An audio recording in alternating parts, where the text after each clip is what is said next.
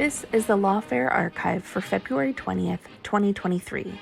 Major earthquakes in Turkey and Syria have caused widespread destruction across the region and the deaths of over 35,000 people. This disaster has necessitated international cooperation to provide humanitarian relief to hundreds of thousands who have been affected.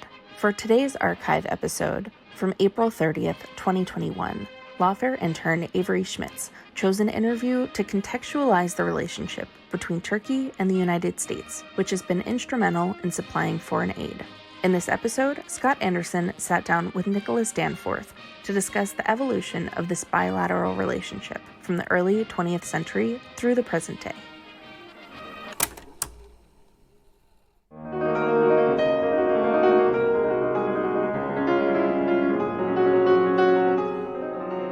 I'm Scott R. Anderson, and this is the Lawfare podcast for April 30th, 2021. When President Biden entered office, he inherited a bilateral relationship with Turkey that was strained to the limits by the growing independent streak in that country's foreign policy, and one that had been pushed in unfamiliar directions by his predecessor's direct and often unpredictable personal relationship with Turkey's longstanding president, Recep Tayyip Erdoğan. This past week, the Biden administration took its first major move on the U.S. Turkey relationship by recognizing the atrocities committed against Armenians by Ottoman authorities in the early 20th century as a genocide, a move that prior presidents had avoided for fear of how Turkey might react. To discuss what these developments may mean for this key bilateral relationship, I sat down with Nicholas Danforth of the Hellenic Foundation for European and Foreign Policy and Asli Aydıntaşbaş of the European Council on Foreign Relations. We discussed how Turkey views its place in the world, what this means for its alliance with the United States, and how the Biden administration is likely to respond moving forward. It's the Lawfare podcast for April 30th, the state of the U.S. Turkey relationship. So last week, the White House released a readout of an event that a lot of Turkey watchers have been waiting for with some anticipation, and that was the first phone call between President Biden and Mr. Erdoğan of Turkey. This is something that happened 3 months after Biden entered office. A lot of folks were saying this is something of a cold shoulder, kind of setting or resetting a little bit of a tone for the relationship with the United States and Turkey. And of course, Biden, while it wasn't included in either of the official readouts, media reports indicate that President Biden used the opportunity to tell Erdoğan that he, in fact, was taking a pretty dramatic step that prior presidents have evaded with direct bearing on the U.S.-Turkey relationship, and that is the decision to recognize the killing of Armenians in the early 20th century as a genocide. Again, a step that prior presidents had hesitated to take, even as commemorating and recognizing the atrocities that occurred during that period had become a kind of annual event that American presidents were involved in. Before we get to these most recent steps, I want to take a little bit of a step back and give us a sense of where this new tack, perhaps, that Biden is pursuing is coming from. Because, of course, we saw that Biden's predecessor, President Trump, had a very interesting and idiosyncratic in some ways relationship with Erdoğan, involving a very direct communication often that led to big swings in U.S. policy in Syria and elsewhere. Nick, let me turn to you first. Give us a sense of what the state of the U.S.-Turkey relationship was that Biden inherited, where he's coming from, and what he kind of encountered on January 20th when he assumed office. Thanks, Scott. Biden, as you suggested, inherited a both deeply dysfunctional but also confused relationship with Turkey. U.S.-Turkish relations have been degenerating for decades now. Coverage in the United States focuses on the personality of President Erdoğan. He's certainly a big part of it, both his rhetoric and his worldview, but there are also structural issues. The end of the Cold War meant that the United States and Turkey didn't have a common strategic enemy to bring them together. And in that context, more and more differences have festered. The United States is upset about Turkey's purchase of Russian air defense missiles. Turkey is upset that Fethullah Gulen, the cleric involved in Turkey's 2016 coup attempt, lives in the United States. There are also profound differences over Syria. Both the United States and Turkey are sponsoring organizations there that the other sees as a terrorist group. In this context, things got even more confused when Trump came into office because none of these problems went away.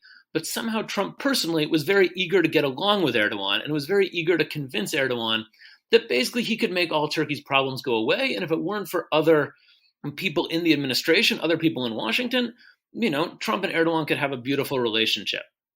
And so Biden I think has been very eager to reset this and show that, yes, the United States and Turkey still have a lot of common interests. They still need to continue to cooperate, but this has to be on America's terms. Biden, particularly by not calling Erdoğan, has tried to say, I'm not going to be Trump. I'm not going to pick up the phone whenever you call. I'm not going to handle Syria the way you tell me to. I'm going to work with Turkey as it serves American interests, not as it serves Turkey's interests. And I'm sure we'll talk about this more, but the Armenian genocide statement was just the latest example of how this is playing out. So that's a great kind of synopsis of the American side, of the American political side of this relationship. But Asli, let me turn to you. Tell us a little bit about where Erdoğan is domestically in Turkey right now. Obviously, he has been in power for a long time, but is also facing an array of challenges right now, ranging from the COVID pandemic to own domestic political challenges and, questions about his party and new challenges on various fronts there, both locally and nationally. And also, we're seeing his government kind of take a turn in regards to its foreign policy. So tell us a little bit about where Erdoğan is and where the U.S.-Turkey relationship fits into Turkey's domestic picture for him. So Erdoğan has been in power for almost 2 decades, and he is experiencing somewhat of a decline in his popularity, particularly over the past 2 years, and is able to hold on to power with a mixture of sort of control over state apparatus, but also, increasingly authoritarian policies which make life more difficult for his domestic rivals. Having said that, he is still by far the most popular Turkish leader, and his appeal, his nativist appeal, is making Turkey great again.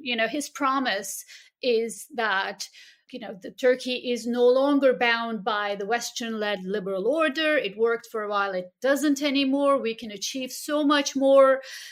Sort of what I call Turkey's Sonderweg. Turkey's sort of a more independent, non-aligned policy in which he promises his voters that Turkey is destined to be a global power in an age of great power competition, on par with Russia, US, etc. The reality is, of course, Turkey is a regional heavyweight and has been expanding its military footprint outside of its borders, for sure, in Syria, Libya, Caucasus, and so on. But it's not a global power in the sense that, in terms of military capability is one thing, but in terms of economic power and sort of ability to deliver to its citizens, it's one of the least powerful members of the G20 League. Erdogan's domestic narrative is all about rebuilding the empire, closing the 100-year parenthesis that the secular republic was, and unleashing this sleeping giant. And I think increasingly we're seeing that he has reached the limits of that policy. Even the propaganda value is wearing off. You have a situation in which Turkey is barely able to obtain enough vaccines for its citizens. So far, only 10% have been vaccinated. You have a situation in which the president, a mighty Turkish president, has been waiting on the phone for the last 2 months, waiting for a call from the U.S. president. You also have, in addition to growing electoral vulnerabilities, you have a very serious economic vulnerability, which of course is also inching away his support base. So it's more of a juggling act for Erdogan than people understand. When they look at Turkey from outside, he looks almighty, but domestically, yes, he's very powerful, and no doubt he is the most popular leader, but he has to constantly push and pull and negotiate and build alliances and build new alliances in order to, and do a fair bit of authoritarian brinkmanship in order to retain power at home.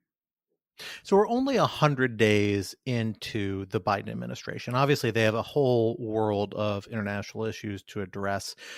And as one might expect, we haven't seen necessarily a ton of action happening on a lot of important bilateral relationships, and Turkey among them. And part of that's about the pandemic, part of that's just about the policy review that every new administration undertakes when they're evaluating what they need to change and what they should keep from the prior administration.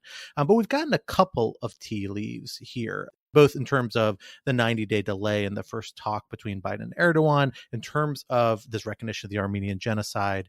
What can we tell so far about the direction that the Biden administration seems to want to steer the ship of the U.S.-Turkey relationship? Nick, you described it as a bit of a reset, but is it a reset and a humbling, perhaps, as Asli might have suggested, a deliberate effort to show the limited degree of influence that Turkey is able to influence, particularly in comparison to the relationship between Erdoğan and Trump, where Trump was very eager to provide a variety of bennies to Erdoğan? Or is there something a little more sophisticated, or is it just in a holding pattern while the Biden administration gets its sea legs? So I think Asli did an excellent job of explaining why, especially when you look at this from Ankara's perspective, this is about more than just some bilateral disputes between the US and Turkey. Part of the tension comes from Turkey really having a new strategic vision, really having a new goal about its role in the world, and really emphasizing that, after a long time in which it was defined as a loyal NATO member, it wants to have a more independent foreign policy, and it thinks it can balance the United States and Russia to enhance its interests and to push back against what it sees as an often hostile attitude from Washington. And the problem with Trump's policies was that it played into both Turkey's perception that Washington was hostile, but also Turkey's perception that Washington needed Turkey too much to ever push back against it. And so, you had a lot of harsh rhetoric, especially coming from the United States Congress. During the last 4 years, you had the repeated threat of sanctions over something like the purchase of Russian missiles, but you also had Trump repeatedly intervene to look out for Turkish interests by, say, delaying those sanctions. And so this did, I think this is the challenge that Biden is going to continue to face, confirm Turkey's already extant belief that, again, Washington didn't like it, but Turkey was too important for Washington to be able to do anything about it. And I do think the way Biden has tried to reset this is actually very good for pushing back against this view. I don't think anyone in the administration wanted to say that it's trying to humble Turkey, but there is some truth to that.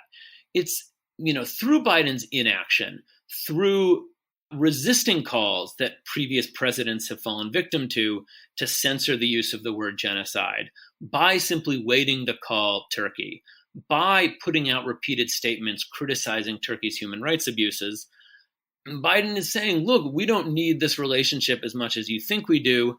If we're going to cooperate with you, if we're going to have a new, more harmonious relationship, if we want to go back in time to when we had a healthier relationship, that's going to require real concessions on Turkey's part. Well, Asli, let me come to you with a question that I think has dominated the news for the last week in terms of the U.S.-Turkey relationship, which is this recognition of the genocide relating to Armenians in the early 20th century. Of course, this was an action that predated the modern Turkish state, but nonetheless has weighed, or at least been portrayed or perceived as weighing really heavily on the bilateral relationship. At the same time, though, the United States isn't necessarily the first foreign government to take this step, so perhaps the dam has broken already on this particular issue. But it does also fit into a broader narrative that Nick has just kind of referenced or contextualized, which is this question about Erdogan's own human rights record, particularly his treatment of political opposition in Turkey, as well as Turkey's Kurdish population and other human rights questions that have pervaded around his government really for many years now. How meaningful was this sort of recognition for the bilateral relationship? And does it seem to say anything about how that relationship is going to perceive and act on this broader human rights questions that are necessarily related to it? It is actually very telling that Biden has used the term genocide. I used to be a correspondent in Washington, and every year you had Turkish lobby and Pentagon and defense industry and various other groups lobbying the White House to prevent a genocide recognition on April 24th. And basically, most US presidents would willingly oblige. Obama had used the term Metzjegern, which in Armenian means the great calamity.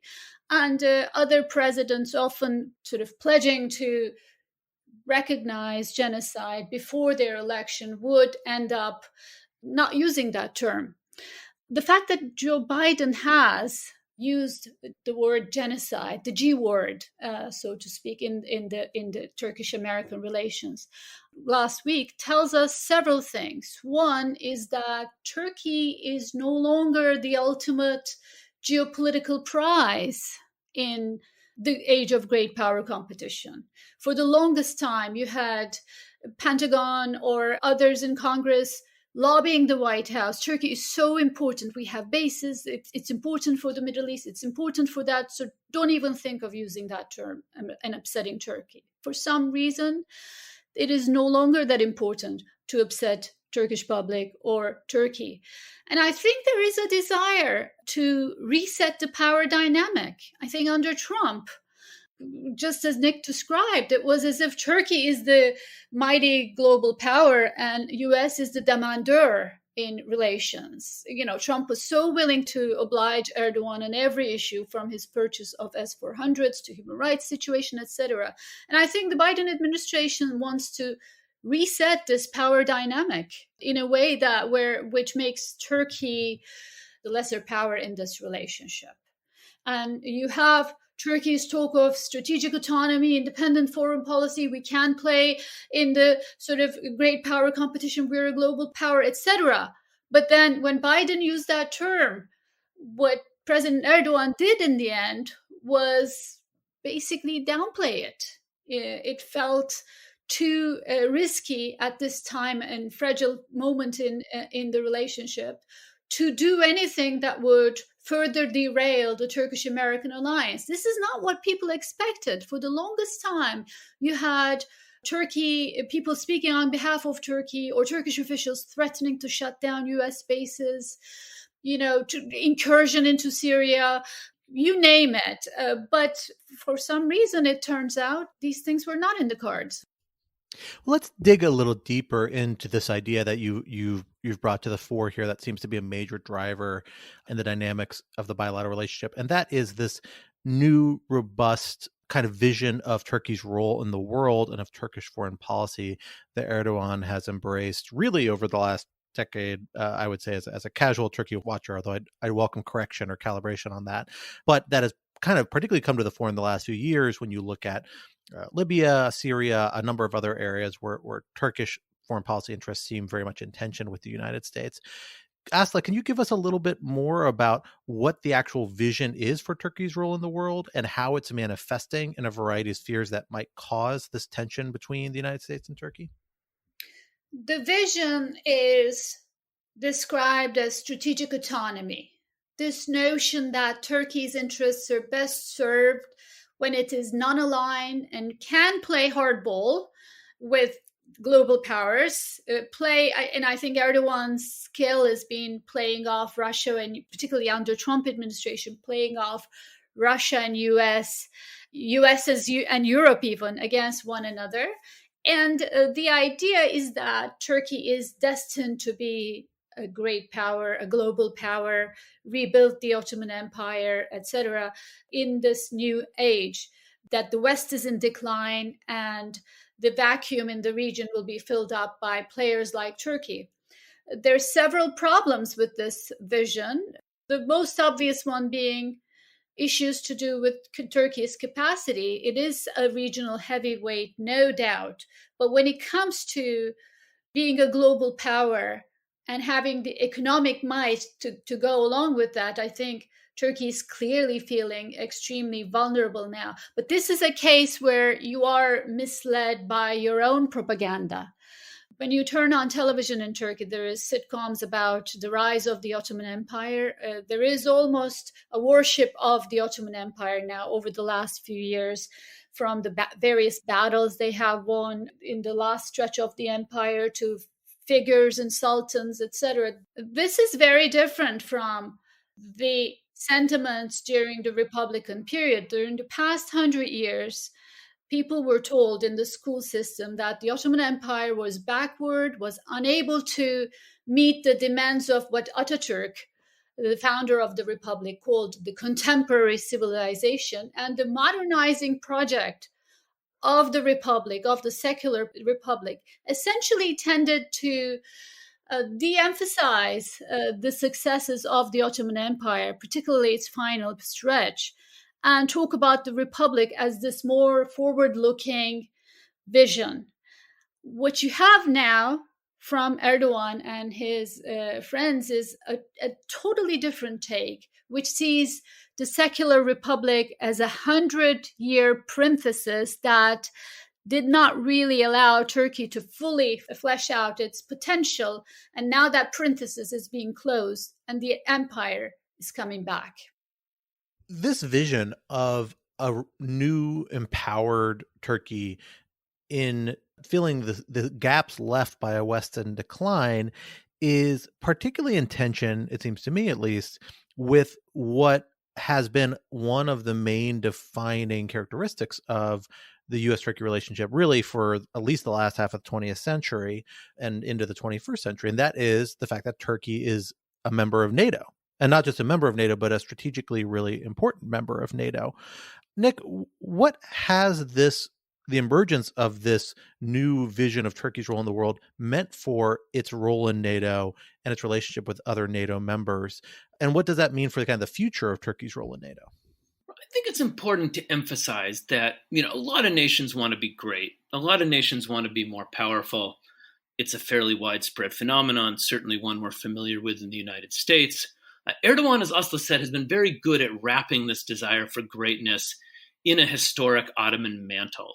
Put Ottoman garb on it, put a fake mustache on it, put an Ottoman hat on it. Whatever policies Erdoğan endorses now, he can sell in Ottoman terms. When Erdoğan was trying to improve his relationship with Syria under Bashar al-Assad, that was described as a neo-Ottoman foreign policy.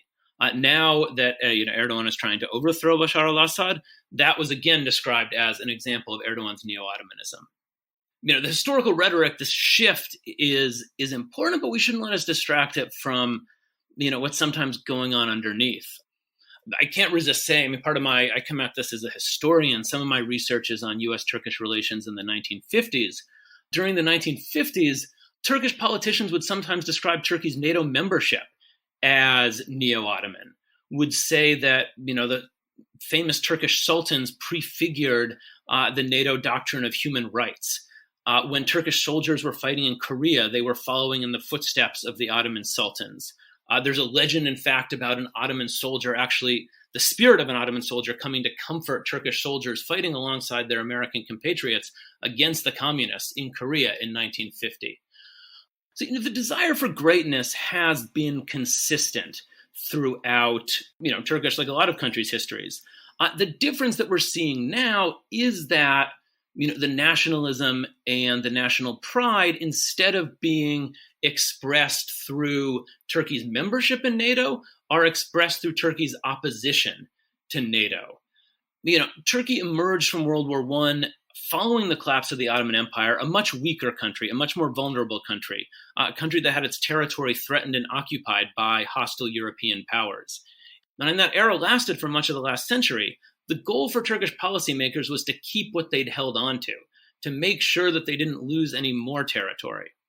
After a century, in a century of success, in a century of economic development, of political development, of improved global standing because of Turkey's membership in NATO, of an dramatically improved economy because of a lot of the reforms that Atatürk put in place, a dramatically improved economy because of the strength of the educational system that the Republic put in place. You suddenly had, when Erdoğan came to power, a much stronger and more economically vibrant Turkey that could imagine bigger horizons, that could imagine, instead of having to hold on to what it had, could imagine really reshaping the region in its image. And I think part of the problem is that temptation got away from Erdoğan. That with the grandiose historical rhetoric, with the disdain for the West, with the conviction that Asli mentioned, that the West was in decline, we were entering a more multipolar world. All of that, the Arab Spring, some of the upheaval that was taking place in the Middle East, all came together to enable Erdogan to refashion his history, refashion this longstanding desire for national greatness in a way that suddenly came up against NATO, came up against the West, and put Turkey in conflict with the very actors that I would argue helped bring it to the place that it is today.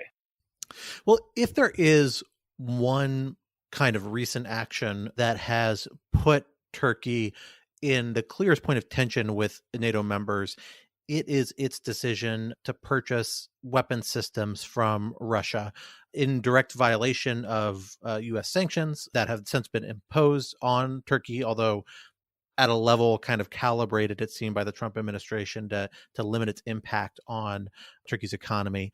And maybe it's seen as a little bit more amelioratory even than Congress would have liked at the time. What is Turkey's approach to its relationship with Russia? While they have this level of coordination over arms sales and purchases, we also see them at a degree of loggerheads in Syria and in other sort of domains. Is it a similar balancing act in regards to that it's pursuing with the United States? Is it doing something similar in regard to Russia, or are there other dynamics in play here? Asa, let me direct this to you.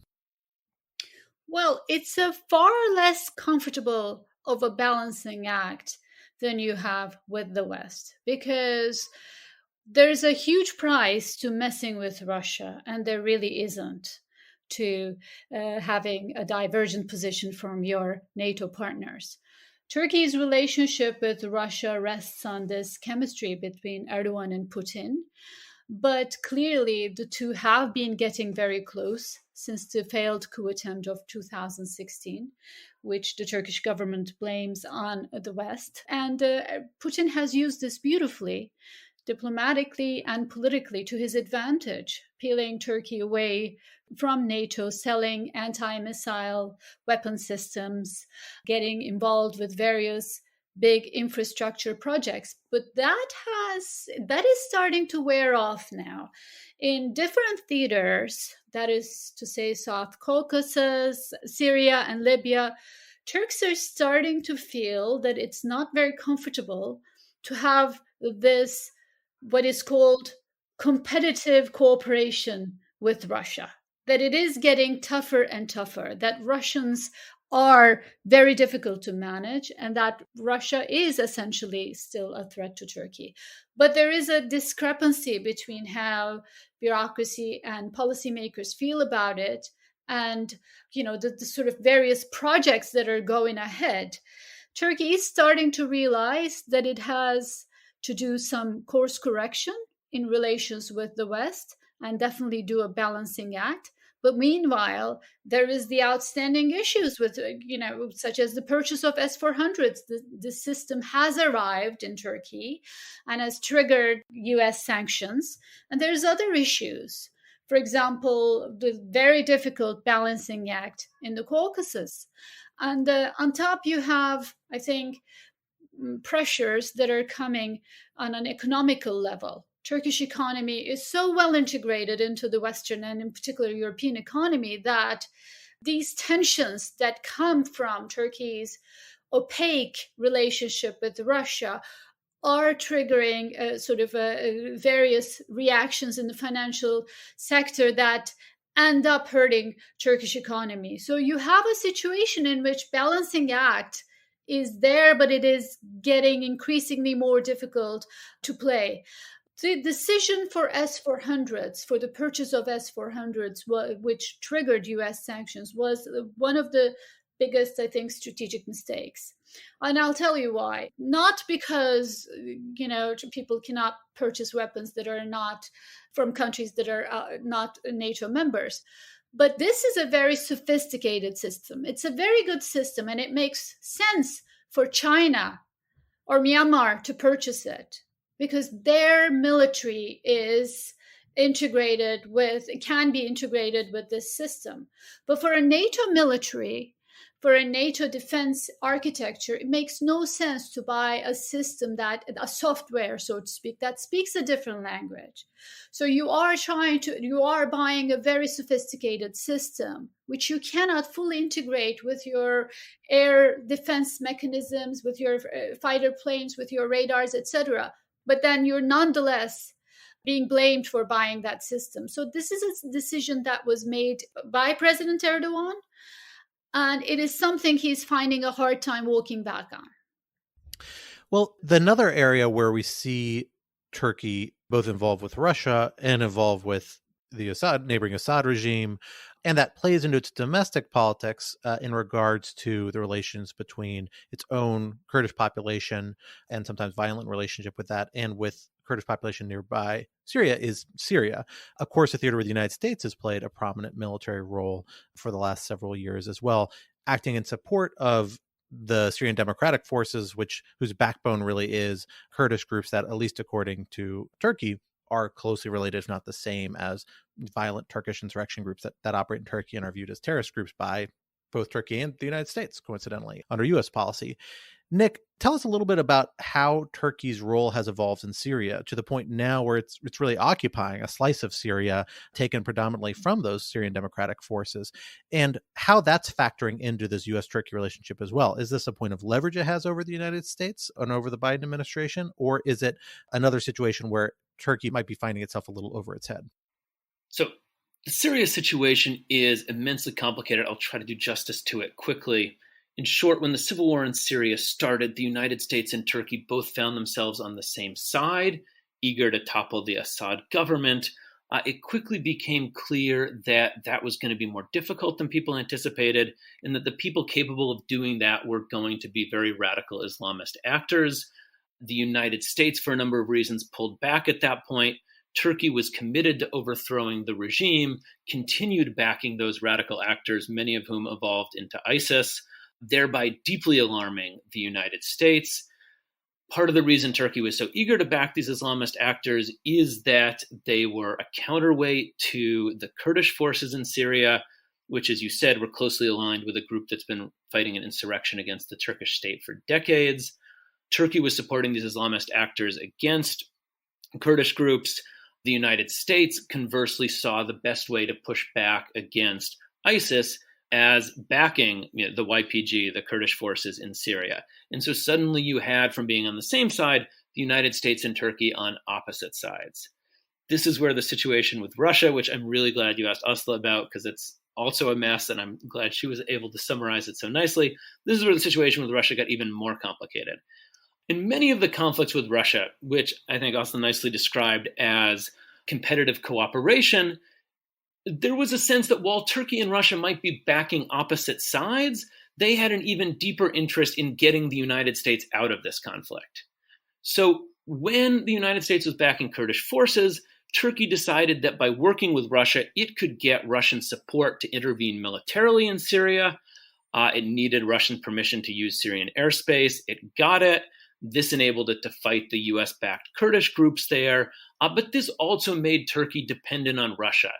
And so in Idlib in northwestern Syria, where Turkish-backed Islamist forces were falling under a Russian and Syrian-backed assault, it repeatedly created a situation where the Turkish government was forced to back down, to give ground, and to allow Russia and Assad to keep making advances in order to maintain this semblance of cooperation, which, as Asli said, Turkey was very uncomfortable with. Turkey realized came with long-term consequences, but those were seen as secondary to pushing back against the United States, getting the United States out of Syria, a goal that Turkey thought it had accomplished when Trump greenlighted a Turkish invasion in northeastern Syria, fall 2019, but has proved more difficult and has put Turkey in a difficult situation now where, instead of trying to successfully balance the United States and Russia, it sometimes seems to be falling victim to simultaneous pressure from both the United States and Russia at the same time. And that's the situation it finds itself in now. It's still at odds with the United States in northeastern Syria, where it's up against Kurdish-backed groups, and the Islamist groups it's backing in northwestern Syria are once again falling under military pressure from Russia and the Syrian regime. And it remains to be seen how Ankara is going to balance these pressures. So we have a complicated situation involving Turkey and the United States and Syria and other parts of the Middle East as well. We've talked about Libya. There's other kind of corners. But for the last few weeks, really a lot of U.S. foreign policy is focused on another theater where Turkey also plays a different role, and that's Afghanistan. The Biden administration, of course, has now announced that it intends to withdraw U.S. troops from Afghanistan effective September 11th, 2021. No conditions on that. That appears to be a hard end date for the U.S. military presence there. And of course, that turns the focus to what has been in substantial part a Turkish-focused, or Turkish-sponsored, kind of peace process between the Taliban and the United States and the Afghan government. Of course, the most recent meeting after the declaration of withdrawal, which actually moved the date back from May 1st to September, was postponed. But Turkey nonetheless has played both a diplomatic role in regards to fostering these sorts of conversations and diplomatic dialogue between the United States and the Taliban, something that's presumably going to become more important as U.S. military presence declines and a lot of activities there shift to diplomatic channels. And then it also, of course, has troops on the ground. And I'm not sure they've actually reached a firm conclusion as to whether Turkish troops in Afghanistan will be departing or not with the rest of the NATO contingent. At one point, there was some chatter about them potentially remaining beyond the other NATO forces located there. Asli, can you tell us a little bit about how Turkey fits into the Afghanistan picture and therefore might play a role moving forward as the Biden administration attempts to execute what it really is kind of the main foreign policy objective that's laid out for itself in this first year in office, which is ending the U.S. conflict there? Afghanistan has no strategic value for Turkey, zero.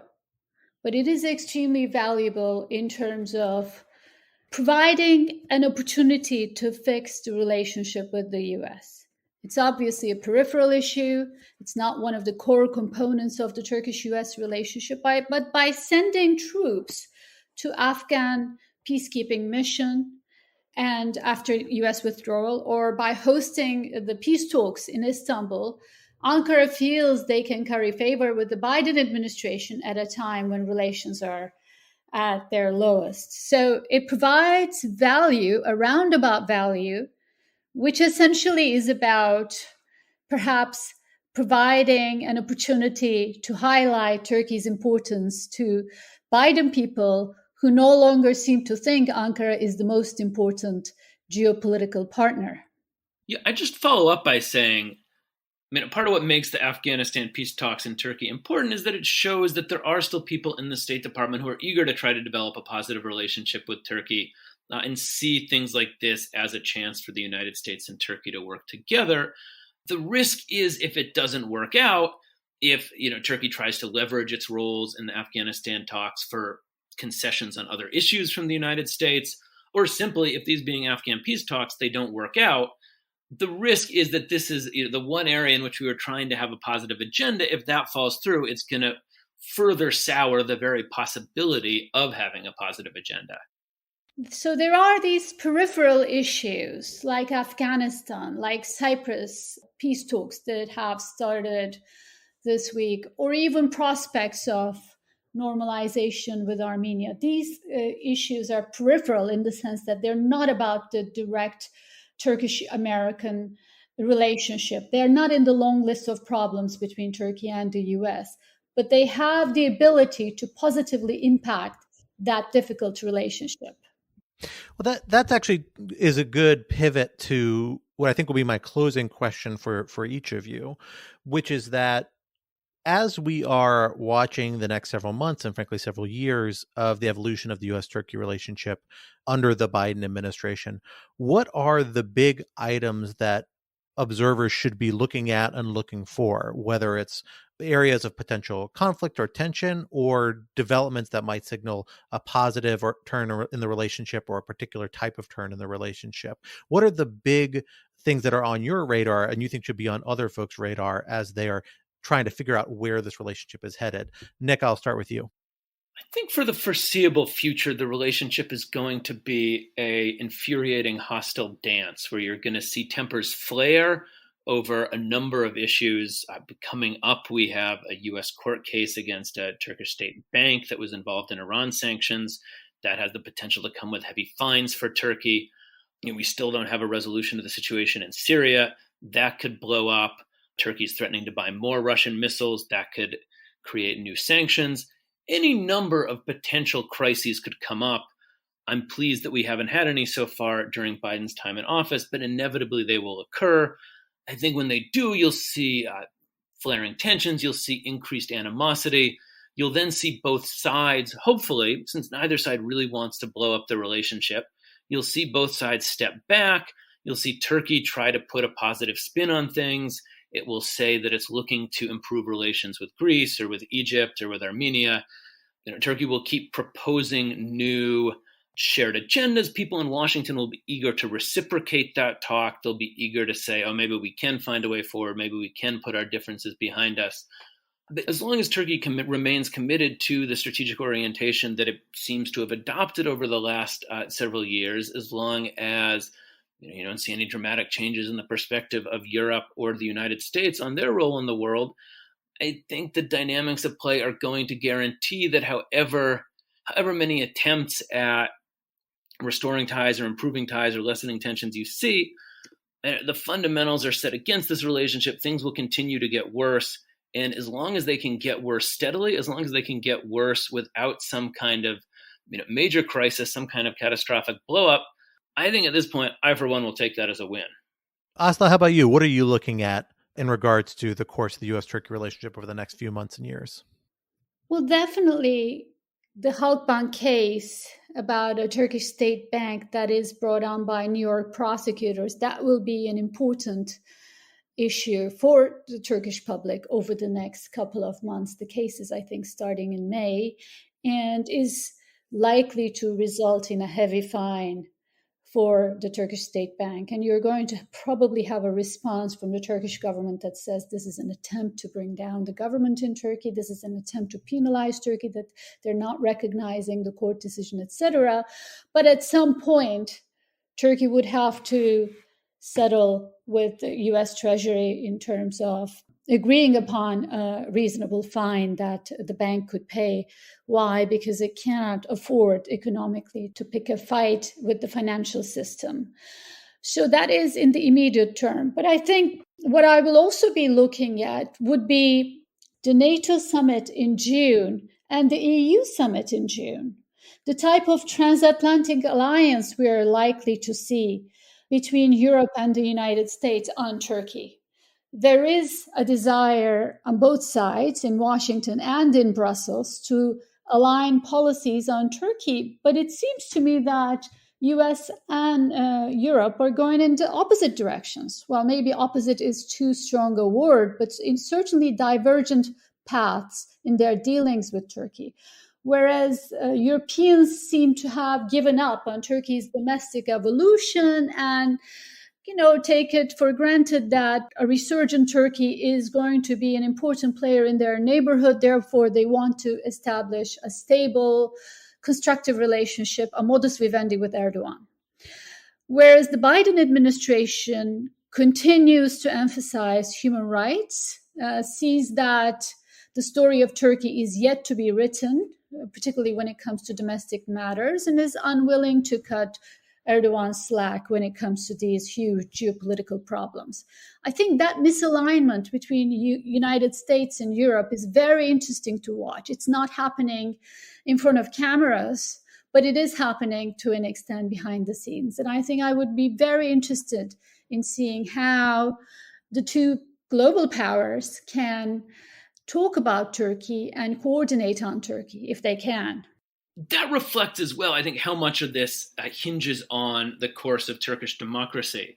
As Asli said at the outset, Erdoğan, he's not democratic, but he's been very good at winning elections with just enough legitimacy, with just a small enough amount of manipulation to maintain a veneer of democracy. And yet, as she said, his popularity continues to dwindle amongst COVID and economic crisis. And so the question is, when his ability to square that circle, maintain that veneer, breaks down, what will happen? And the answer to that question will have a huge impact on relations with Europe and the US as well. Well, we will have to leave the conversation there. Nick, Asli, thank you so much for joining me today on the Lawfare podcast. Thank you. Thank you. The Lawfare podcast is produced in cooperation with the Brookings Institution. Please take a moment to rate and review the Lawfare podcast on iTunes, Spotify, or wherever you might be listening. This podcast was engineered by Ian Enright of Goat Rodeo and edited by Jen Patja Howell. Our music was performed by Sophia Yan.